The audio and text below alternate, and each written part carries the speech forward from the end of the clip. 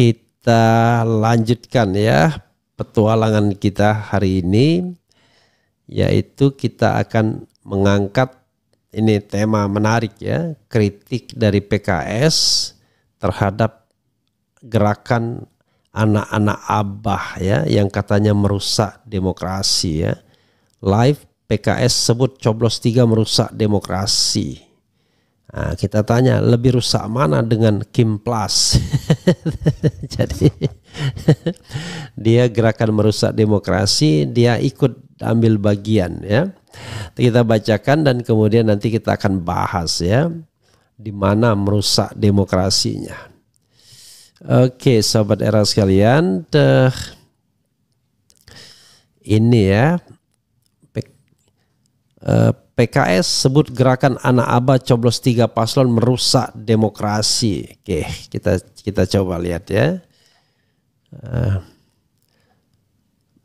Republik Merdeka, munculnya isu gerakan anak Abah tusuk 3 pasangan calon di pemilihan kepala daerah Pilkada Jakarta disorot Sekretaris Majelis Pertimbangan Wilayah PKS Jakarta Muhammad Taufik Zulkifli. Anak Abah sendiri sebutan bagi pendukung mantan Gubernur Jakarta Anies Baswedan. Sebutan itu ramai digunakan di media sosial khususnya pada Pilpres 2024.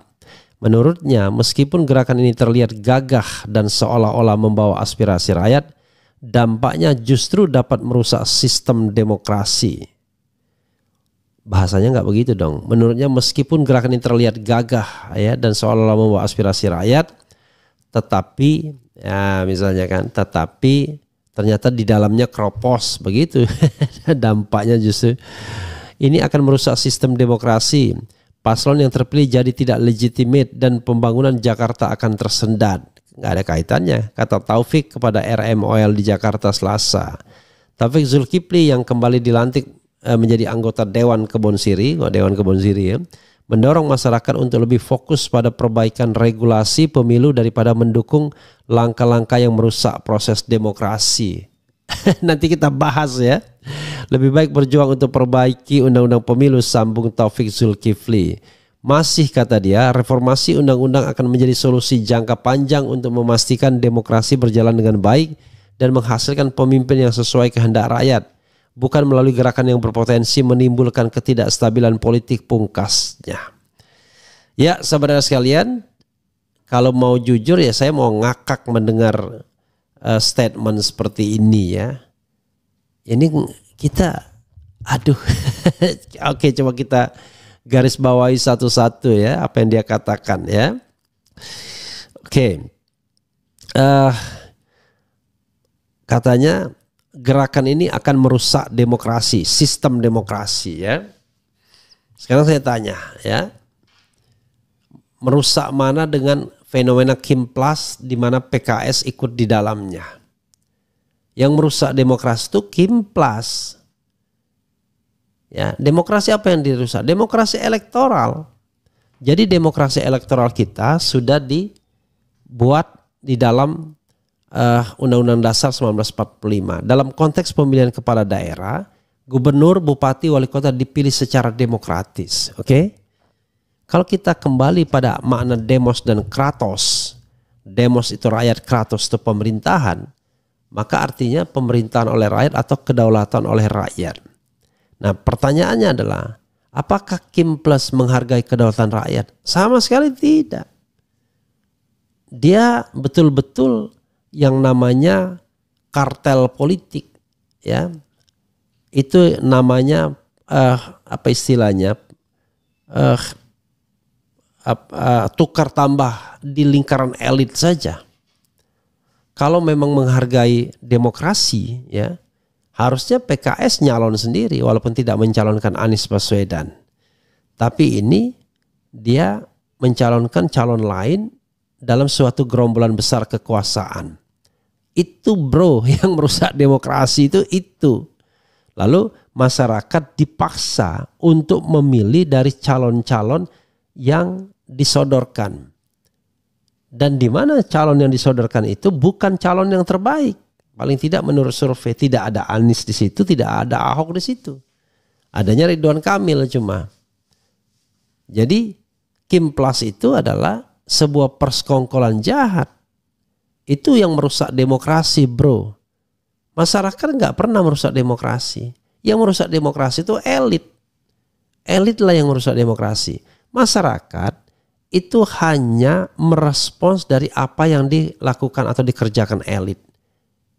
Nanti merusak demokrasinya udah kelihatan tuh. Pakai money politics, pakai bansos. Itu yang merusak demokrasi.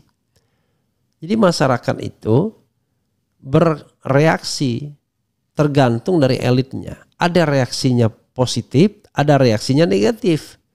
Reaksi yang positif itu apa? Misalnya golput, coblos 3, itu reaksi yang positif. Tapi kalau reaksi negatif itu adalah nunggu bansos, ya kan? Nunggu money politics untuk memilih. Itu justru yang merusak demokrasi. Ini menurut saya kelihatannya Anda nggak paham itu siapa yang merusak demokrasi itu. Justru yang merusak demokrasi itu adalah orang yang tidak memilih dengan ideologi, orang yang tidak memilih dengan value, orang yang memilih dengan money politics, orang yang memilih dengan menunggu serangan bansos. Itu merusak demokrasi. Nah, itu dilakukan oleh elit. Jadi coba elit tidak melakukan money politik, tidak rusak demokrasi.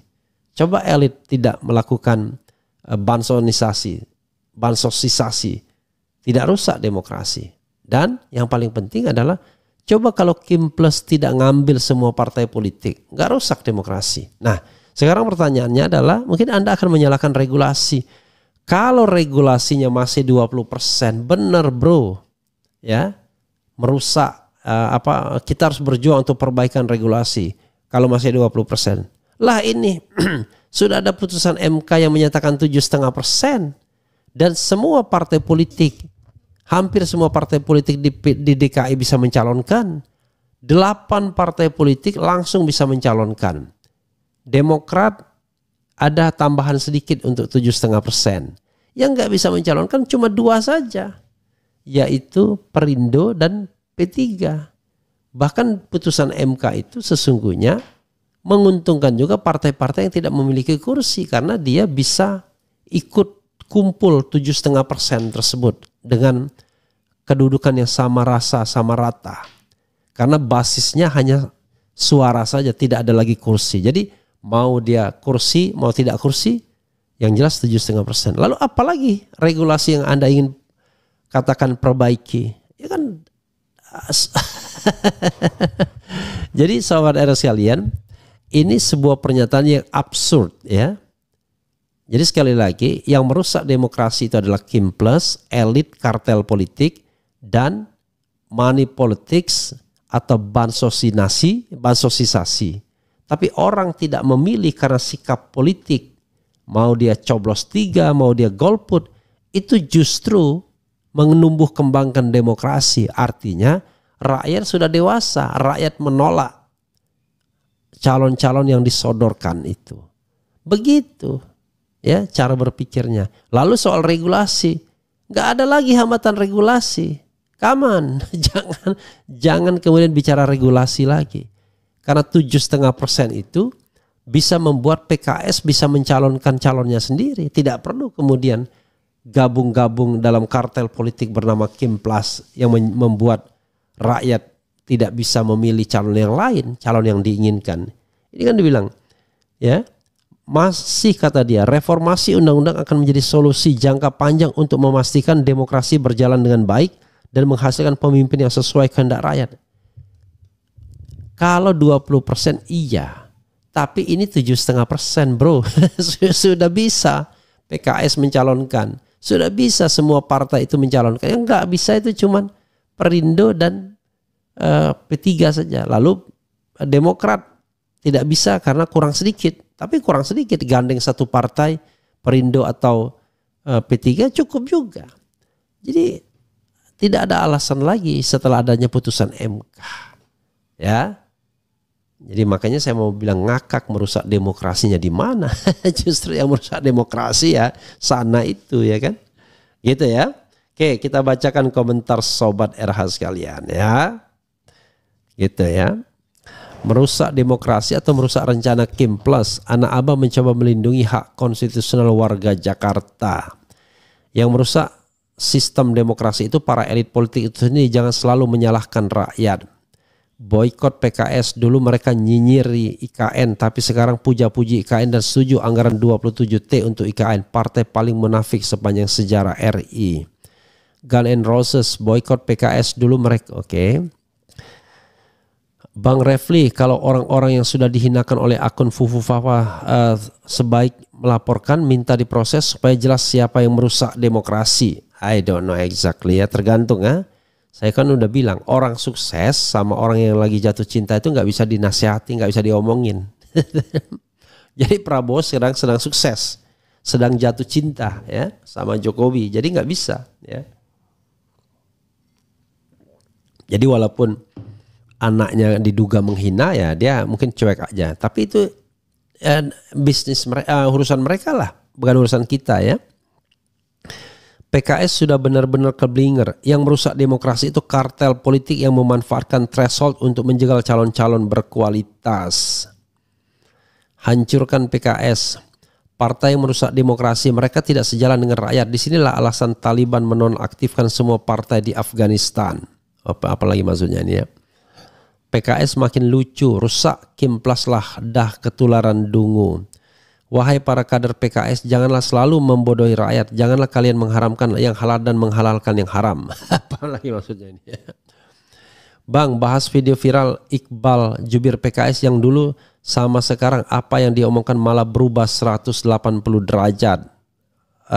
I don't know exactly. Nanti kita lihat ya. Yang merusak demokrasi itu adalah kalian partai-partai yang bersekongkol melakukan kejahatan demi jabatan dan tahta.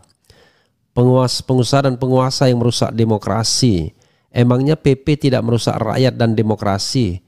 Komentar yang begini lebih merusak demokrasi. Pantas masyarakat ingin PKS tenggelam. PP itu apa? Partai politik maksudnya ya.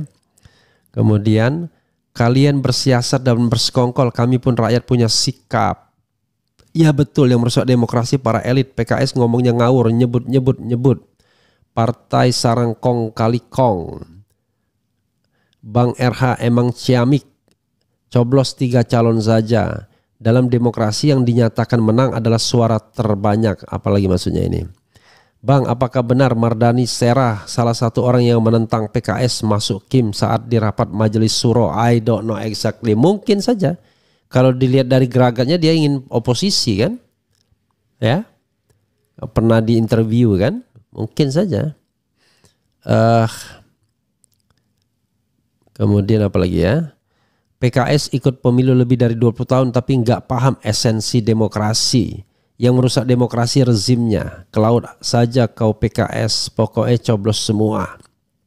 Tenggelamkan PKS. Refli Harun mengkritik PKS pasti bentar lagi dihantam oleh elit PKS seperti Tifatul dan gerombolannya. Nggak apa-apa. Kan saya menanggapi mereka ya. Nggak ada masalah. Saya juga mengkritik Nasdem, mengkritik PKB ya. Kebetulan saja saya kira itu tenggelamkan PKS. PKS itu bermain-main yang menyenangkan tapi terperangkap pola berpikir dan bertindak sehingga keputusan bergabung itu bunuh diri bro, konyol dan oon. Menurut Bang Refli, mana yang lebih baik bagi pendukung Anies, golput atau coblos 3 paslon? Kalau saya sih golput ya. Kalau golput itu kan apa istilahnya ya? Itu sikap politik ya. Tetapi ya kita nanti diskusikan ya. Kemudian apa lagi ya? Tenggelamkan PKS, PKS ambiar, PKS takut keok, wakakak nyesel milih PKS waktu pemilu. Tak idealis takut nggak dapat jatah. Wahai para kader PKS, sekali kalian hianati suara kami dan kau sakiti hati ini, sulit untuk percaya lagi. Mereka cuma bicara kepentingan pengurus partai, bukan kepentingan rakyat. Kami pengurus partai di akar rumput cuma bisa ngurut dada. Ya. Jadi ingat 5858 itu pemilihnya adalah orang-orang yang menunjukkan KTP-nya saat menerima bansos. Mereka memilih tanpa mereka sadari karena pada saat menunjukkan KTP itu sama dengan mendaftarkan diri pada paslon bansos tersebut. Betul Bang Refli, rakyat tidak percaya lagi partai besar yang menghasilkan demokrasi yang kong kali kong. Akhirnya bagi-bagi jabatan rakyat yang menanggung semua. PKS terbeli, harkat martabatnya tenggelamkan. Semua partai politik, caleg dan pilkada semua bakal money politics. Coblos semuanya untuk memberi pelajaran buat partai politik. Pak Refli, nggak ada yang lebih penting bagi mereka selain kekuasaan dan uang. PKS partai kesulitan suara. Jadi ini mohon maaf ya PKS ya. Karena saya cinta PKS, saya pemilih PKS ya. Beberapa pemilu terakhir saya pilih PKS ya. Tapi kalau akhirnya PKS memutuskan untuk gabung dengan Kimplas dan mendukung Bobi Nasution, ya bagi saya itu sebuah tindakan yang tak bisa dibenarkan. Dari sisi ya voter ya, karena saya voter. Kalau misalnya voter tidak berhak memprotes partai yang dipilihnya, berarti Anda nggak paham demokrasi. Ya, jadi namanya pemilih itu berhak protes. Suara kami jangan disalahgunakan. Saya pilih PKS untuk DPR, pilih PKS untuk DKI, tapi suaranya disalahgunakan untuk mendukung Kimplas. Kan itu. Oh itu cuma satu suara. Kalau kalian mau cari yang lain silahkan. Ya nggak apa-apa ya. Mudah-mudahan sikap saya ini diikuti oleh yang lain juga. Paling tidak ada yang mengatakan wah ini konspirasi untuk menenggelamkan atau menghancurkan partai Islam.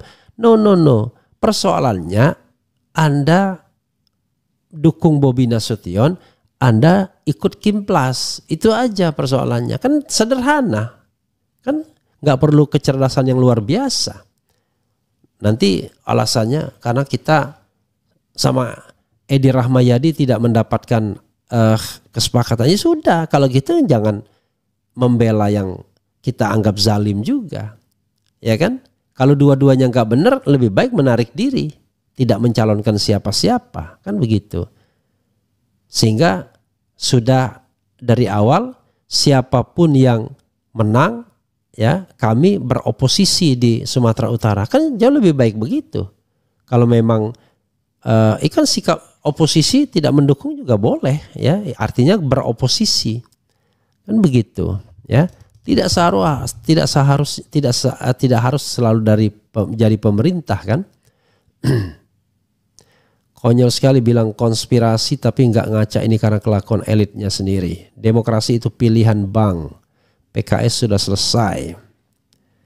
Sebentar lagi PKS akan mainkan dalil agama buat mengharamkan golput. Gak pengaruh, golput tetap golput. Golput is an option and it is final. So it doesn't have to be banned ya.